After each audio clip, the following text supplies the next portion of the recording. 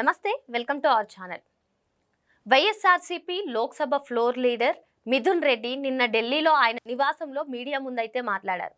మరి తనపై తన తండ్రిపై కావాలనే కూటమి ప్రభుత్వం బురద జల్లుతుందని, జగన్ మహావృక్షం లాంటి వారని, వీళ్ళు కొమ్మలు లాంటి వాళ్ళని, సో ఆ కొమ్మల్ని నరికేసే ప్రయత్నం కూటమి ప్రభుత్వం చేస్తుందని ఆయన ఆరోపిస్తున్నారు. మరి తమపై వచ్చిన ఆరోపణలు ఏ ఒక్కటి కూడా రుజువు కాలేదని ఆయన అంటున్నారు. మరి నిజంగానే ఇవి ఆరోపణలా, నిజంగానే చేశారా? ఇవన్నీ కూడా తెలుసుకునే ప్రయత్నం చేద్దాం. దీన్ని పూర్తిగా విశ్లేషించడానికి మనతో పాటుగా ఉన్నారు సీనియర్ జర్నలిస్ట్ దుర్గకుమార్ గారు. సార్ నమస్తే. సార్ నమస్తే అమ్మా శ్రావణి, మన వీక్షకులకు. సార్, ఈరోజు ఒక న్యూస్ చూశాను సార్. పెద్దిరెడ్డి రామచంద్రారెడ్డికి హైకోర్టులో షాక్ తగిలిందని. ఏదైతే బుగ్గమఠం భూములు ఉన్నాయో ఆ భూములను ఆక్రమించినందుకు వారి దగ్గర సరైన సర్టిఫికేట్స్, దస్త్రాలు ఏవి కూడా లేవని చెప్పి హైకోర్టు ఏదైతే రామచంద్రారెడ్డి పిటిషన్ దాఖలు చేశారో షోకాజ్ నోటీసులకు పిటిషన్ దాఖలు చేసినవి కొట్టేశారు సార్. మరి ఇదిలా ఉంటే ఇటు మిథున్ రెడ్డి నిన్నైతే ఆసక్తికర వ్యాఖ్యలు చేశారు సార్. కూటమి ప్రభుత్వం కావాలనే బురద జల్లుతుంది మా పైన, మేము అటవీ భూములను ఆక్రమించామని చెప్పి రకరకాలుగా మా పైన బురద జల్లే ప్రయత్నం చేస్తుంది అని చెప్పి ఆయన వ్యాఖ్యానించారు సార్. ఏంటి ఒకటేమో హైకోర్టులో విచారణలో పిటిషనే కొట్టేశారు, ఇంకోటేమో అవి కూడా మా పైన ఆరోపణలే అంటున్నారు. వీటన్నిటిని ఏ విధంగా చూడాలి సార్? నువ్వు అన్నట్టు శ్రావణి, మిథున్ రెడ్డి గారు ఒక బహిరంగ ఛాలెంజ్ ఇచ్చిన 24 గంటలు గడవక ముందలే వీళ్ళకి దగ్గర సరైన భూ యాజమాన్య హక్కుల పత్రాలు ఇవ్వని, అంటే సేల్ డీడ్స్లు ఇవ్వని, అంటే వాళ్ళకి యాజమాన్య హక్కులు లేకపోయినా బుగ్గమఠం భూముల్ని ఆక్రమించుకున్నారనేది వాళ్ళు షోకాజ్ నోటీస్ ఇచ్చాడు ఈవో, బుగ్గమఠం ఈవో. ఏమి ఇచ్చాడంటే, మా మఠానికి చెందినటువంటి భూముల్ని మీరు ఆక్రమించారు, సర్వే అది ఎక్కడుంది, తిరుపతి దగ్గరలోని ఎంఆర్పల్లి దగ్గర మారుతి ఎక్స్టెన్షన్లో ఈ భూములు ఉన్నాయి, బుగ్గమఠానికి చెందిన భూములు. 261/1 అండ్ 261/2 2 సర్వే నెంబర్లో వాళ్ళ భూములు ఉన్నాయి. ఒకటి 2.38 ఉంది, ఒకటి 1.50 ఏకర్స్లో ఉన్నాయి. ఇది పెద్దిరెడ్డి రామచంద్రారెడ్డి. నేను అనుకోవటం ఏంటంటే, ఇది మారుతి ఎక్స్టెన్షన్కి అంటే దీనికి వాల్యూ గల భూములు, ఇవి ఇళ్ల స్థలాలకి పనికొచ్చే భూములు అన్నమాట. ఈ మఠానికి చెందిన భూములే కదా, ఆక్రమిస్తే ఏమీ కాదని వీళ్ళు వెళ్ళి ఆక్రమించారు. ఇవాళ ఆయన షోకాజ్ నోటీస్ని ఆపేయండి అని వీళ్ళు హైకోర్టులో అత్యవసర పిటిషన్ మూవ్ చేశారు. అయితే గౌరవ జడ్జి గారు కూడా దాన్ని లంచ్ మోషన్గా అనుమతి ఇచ్చారు. అనుమతి ఇచ్చినప్పుడు వీళ్ళు వాటికి సంబంధించిన ధ్రువపత్రాలు, వాటి ఆధారాలు సబ్మిట్ చేయాలి. కానీ వీళ్ళు సబ్మిట్ చేయలేకపోయారు. సబ్మిట్ చేయకుండానే ఇచ్చిన స్టే ఆర్డర్ని నిలుపుదల చేయమన్నారు, బుగ్గమఠం ఈవో ఇచ్చిన స్టే ఆర్డర్ని. అయితే ఫస్ట్ వాళ్ళ బుగ్గమఠం తరపున కూడా ఈయన శ్రీనివాస్, దమ్మాలపాటి శ్రీనివాస్ అడ్వకేట్, ప్రభుత్వ అడ్వకేట్ హాజరయ్యారు. ఆయన కూడా ఏం చెప్పాడంటే, వీళ్ళ దగ్గర యాజమాన్య పత్రాలు ఏమీ లేవు, అది బుగ్గమఠంకి చెందిన భూములు, వీళ్ళు కేవలం ఒక 1.80 ఏకర్స్కి ఉందని కూడా చెబుతున్నారు. దానికి సంబంధించి కూడా పూర్తి హక్కులకు సంబంధించి వాళ్ళు పత్రాలు ఇవ్వలేకపోయారు. కాబట్టి స్టే ఆర్డర్ని నిలపాల్సిన అవసరం లేదు, వీళ్ళని అక్కడి నుంచి వెకేట్ చేయమని అడిగాడు.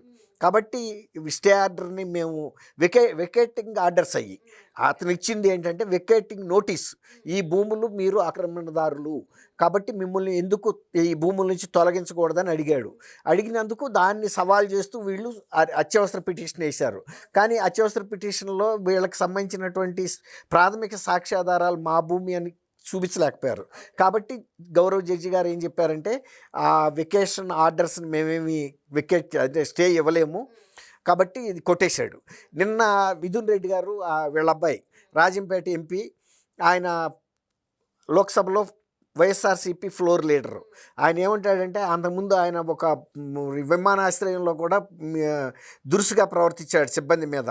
అప్పుడు ఆ కేసు కానీ ఐ థింక్ అతను విజయవాడలో అనుకుంటా, విజయవాడ ఎయిర్పోర్ట్లో అది ప్లస్ మా మీద అటవీ భూముల గురించి చేశారు, తర్వాత ఇతర భూముల మీద మమ్మల్ని చేశారు, తర్వాత మదనపల్లి సబ్ కలెక్టర్ ఆర్డీఓ ఆఫీస్లో రికార్డు రూమ్ తగలబెట్టినవి, ఇవన్నీ కూడా మా మీద లిక్కర్ స్కామ్, ఒకటి పెద్ద స్కాము. లిక్కర్ స్కామ్లో ముందేమో 50,000 కోట్లు అన్నారు, తర్వాత 20 అన్నారు, 10 అన్నారు, 3 కోట్లు అన్నారు. నా మీద ఇష్టానుసారంగా చేస్తున్నారు. ఇట్లాంటి అబద్ధపు ఆరోపణలు కనుక చేస్తే, విమర్శలు చేస్తే నేను కోర్టులో వీళ్ళందరి మీద చట్టపరమైన చర్య తీసుకుంటానని హెచ్చరించాడు. హెచ్చరించిన 24 గంటల లోపలే వాళ్ళ స్వయంగా తండ్రి ఆయన భూములు ఆక్రమించాడు, వాటిని ఖాళీ చేసి బయటికి వెళ్ళమని ఇచ్చిన వెకేషన్ నోటీసుల్ని సవాల్ చేస్తే హైకోర్టులో వాళ్ళని ఆ స్టే ఇవ్వటానికి నిరాకరించింది. అంటే వీళ్ళకి సరైన ఆధారాలు లేవు, వీళ్ళకి యాజమాన్య హక్కు అని. కాబట్టి ఆయన నిన్న అంత ఛాలెంజ్ చేస్తే 24 గంటలు పట్టలేదు. కాబట్టి ఈ ఒక్క రోజులోనే అన్నీ తేలవు, అన్నీ తేలుతాయి. అటవీ భూములు కూడా 76 ఎకరాలు ఏదో అటవీ భూమి అన్నారు, కానీ అది మా భూమి అని వచ్చిందని. తర్వాత ఎర్రచందనం మీద కేసులు పెట్టారు, మా మీద ఆరోపణలు చేశారు. ఏ ఒక్కటి రుజువు చేయలే, అన్నీ రుజువు అవుతాయి, ఎక్కడికి వెళ్ళవు. ఇప్పుడు ఒక రోజుతోనే ఏమీ తేలవు. ఇప్పుడు మన కాకినాడ పోర్టు సెజ్ విషయంలో కూడా వచ్చిన ఆరోపణల్ని ఎప్పుడైతే సిబిఐ ఎంటర్ అవుతుంది అనగానే ఎవరు ఈ విజయసాయిరెడ్డికి సంబంధించిన శరత్ చంద్రారెడ్డి వీళ్ళు వెళ్ళిపోయి కేవీ రావు గారికి ఆయనకి సంబంధించిన షేర్లు కూడా ఇచ్చేయనట్టు మనం మీడియాలో కూడా చూసాం. కాబట్టి దొరకనంతకాలం ఎవరైనా దొరికినప్పుడు కదా తెలిసేది. నిన్న ఢిల్లీలో ఉండి ఆయన వైఎస్ఆర్సీపీ పక్ష నాయకుడిగా ఉండి మాట్లాడాడు అంటే ఆ క్షణానికి అయిపోవు. ఇప్పుడు ఒకటి కేసులు బయటకు వస్తున్నాయి. ఇంకోటి ఏంటంటే ఆ కేసులో గౌతమ్ తేజ అని ఆ సబ్ కలెక్టర్ ఆఫీస్లో పనిచేస్తున్న వ్యక్తి, ఆయన ఏదో చంద్రబాబు నాయుడు గారికి బంధువు, వాళ్ళే చెప్పారు తల్లిదండ్రులు మా అబ్బాయిని అనవసరంగా ఈ కేసులో పెట్టారని కూడా ఏదేదో తీసుకొస్తున్నారు. అందులో శాబటైజ్ లేదని బయటకు వచ్చిందని. ఇంకా విచారణ అవ్వలేదు, దాని ఫలితాలు దర్యాప్తు నివేదిక కూడా బయటకు రాలేదు. దర్యాప్తు నివేదిక బయటకు వచ్చినప్పుడు అన్నీ తెలుస్తాయి. రెండోది ఏంటంటే వీళ్ళు అసైన్మెంట్స్ ల్యాండ్స్ కానీ తర్వాత అనేక మంది పబ్లిక్ వచ్చి పెద్దిరెడ్డి రామచంద్రారెడ్డి గారి కుటుంబానికి చెందిన అతను బాబాయ్ గారు అబ్బాయి ఈయన ఇంకా కొంతమంది కూడా ఆక్రమించారని బహిరంగ ఫిర్యాదులు వినతి పత్రాల రూపంలోనే ఇచ్చారు. వాళ్ళ పేరు ఊరు వాళ్ళ ఫోన్ నంబర్లు సర్వే నంబర్లతో సహా. ఇప్పుడు వీళ్ళు ఆక్రమించకపోతే అంత ధైర్యంగా ఎవరైనా ఇవ్వగలుగుతారా? అందులో మాజీ పోలీస్ అధికారులు కూడా ఉన్నారు. కాబట్టి అవన్నీ కొట్టేయటానికి వీల్లేదు. రెవెన్యూ మ్యాటర్ కాబట్టి వాళ్ళు రెవెన్యూ అధికారులు ఖచ్చితంగా వాటి మీద ఎంక్వైరీ చేసి ఎవరిదని తెలుస్తారు. అప్పుడు వీళ్ళ కుటుంబాలను కూడా ఇవాళ పిలిచినట్టే పిలుస్తారు. పిలిచినప్పుడు వీళ్ళ దగ్గర ఉన్నటువంటి డాక్యుమెంట్స్ చూపించాలి.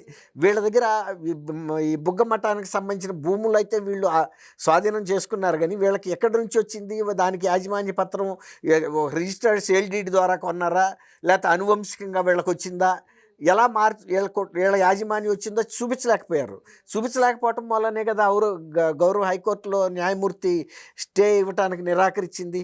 వెకేషన్ నోటీస్కి స్టే ఇవ్వలేదు.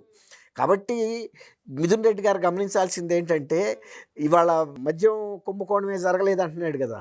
మద్యం కుంభకోణం జరిగిందనేది ప్రజలందరికీ కూడా తెలుసు, బహిరంగ రహస్యం. ఈవెన్ ప్రైమ్ మినిస్టర్ గారు కిందసారి ఎన్నికల ఎలక్షన్ అప్పుడు వచ్చినప్పుడు 2024 ఎలక్షన్ అప్పుడు కూడా చెప్పాడు, ఇది మామూలు కుంభకోణం కాదు, ఒక జాతీయ స్థాయి కుంభకోణం అని. ఇప్పుడు ఢిల్లీలో ప్రైవేట్ వాటిని ప్రభుత్వం తీసుకుంది అని అన్నాడు ఇక్కడ. అట్లాగే ఇక్కడ ఆంధ్రప్రదేశ్లో మేము ఉన్నాను, అక్కడేమో ప్రభుత్వం మద్యం దుకాణాలని ప్రైవేట్కి ఇవ్వటం వలన కుంభకోణం జరిగిందని అక్కడ పెట్టారు. కానీ ఆంధ్రప్రదేశ్లో అది జరగలేదు, ప్రైవేటు దుకాణాలని మేము రద్దు చేసి ప్రభుత్వమే తీసుకుంది. కాబట్టి మేము చేసిన తప్పు ఏంటి అంటున్నాడు. చేసిన తప్పే అక్కడ. ప్రభుత్వం తీసుకుని డిస్టిలరీస్ నుంచి ఎక్కువ రేటు పెట్టి తక్కువ నాణ్యత గల సరుకును కొని దాన్ని ప్రజల మీద రుద్ది తర్వాత పూర్తి మద్యపాన నిషేధం పెడతామని చెప్పిన వ్యక్తులు మద్యాన్ని పోటాపోటీగా పెంచి అమ్మారు. తర్వాత ప్రజల ఆరోగ్యంతో ఆడుకున్నారు. తర్వాత ఎక్కడా కూడా డిజిటల్ పేమెంట్లు అనేది ప్రతిసాటా జరుగుతుంటే ఇక్కడ ఎక్కడా డిజిటల్ పేమెంట్లు లేదు. 0.5% కూడా, అన్నీ కూడా నగదు రూపంలోనే జరిగినాయి. కాబట్టి అక్కడ పెద్ద కుంభకోణం జరిగిందనేది అందరికీ తెలుసు. వాసుదేవరెడ్డి అప్పుడు ఎండీని అరెస్ట్ చేసినప్పుడు కూడా వాళ్ళ ఇంట్లో కూడా కిలోలు బంగారం కొన్న రసీదులు ఇక్కడ క్యాజువల్గా దొరికినాయి ఆయన డెస్క్లో, టేబుల్లో. కాబట్టి దానికి తోడు ఆయన కేంద్రం నుంచి తీసుకొచ్చారు ఆయన డిప్యుటేషన్ మీద. ఇవన్నీ కూడా పురోగతి. మిథున్ రెడ్డి గారు అన్న 24 గంటల్లోనే ఇది జరగటం అనేది యాదృచ్ఛికం అనుకోవాలా, లేకపోతే ఆయనకి సమాధానంగా జరిగింది అనుకోవాలనేది ప్రజల నిర్ణయం. తమపై వ్యక్తిత్వ హననానికి పాల్పడుతున్నారు అంటున్నారు సార్, ఏంటి సరే? అదే అన్న, ఇప్పుడు వాళ్ళ కుటుంబం మీద ఆ ప్రాంతంలో తండోపతండాలుగా వచ్చి భూ ఆక్రమణల గురించి ఫిర్యాదులు ఇచ్చిన విషయం మీడియాలో కూడా వచ్చింది. ఆ రోజు రెవెన్యూ స్పెషల్ సెక్రటరీ సిసోడియా గారు కూడా చెప్పాడు, నేను నా సర్వీసులో ఇన్ని ఫిర్యాదులు భూములకు సంబంధించి రావటం చూడలేదు, ఏదైనా ఒక 2, 3 వస్తాయి అనుకున్నాం, కానీ ఈ ఒక తండోపతండాలుగా వచ్చినాయి రెవెన్యూ సదస్సులో. ఆయన ప్రత్యేకంగా పెట్టారు అందుకోసమే. ఎప్పుడంటే అది ఆ ఫైర్ యాక్సిడెంట్ అయిన తర్వాతే అదే సందర్భంలో పెట్టారు. అవును, మళ్ళీ 2-3 రోజులు గ్యాప్ ఇచ్చారు. ఇంకా ఎవరెవరు ఫిర్యాదులు ఉన్నాయో రండి అని. కాబట్టి ఇవన్నీ కూడా పెద్దిరెడ్డి రామచంద్రారెడ్డి నియోజకవర్గంలో ఒక నియంతలాగా వ్యవహరిస్తున్నాడనేది అది అందరికీ తెలుసు. మొన్న ఎన్నికల్లో కూడా ఆ భయంతోనే వాళ్ళు భయపెట్టే గెలిచారని కూడా ఓటర్లు కూడా చెప్తున్నారు. మరి మొత్తానికి మిథున్ రెడ్డి అన్న 24 గంటల్లో ఆయనకి సమాధానంగానో లేదంటే యాదృచ్ఛికంగానో ఆన్సర్ అయితే వచ్చిందని చెప్పి సార్ చెప్తున్నారు. Thank you sir. Thank you అమ్మ శ్రావణి, మన వీక్షకులు కూడా.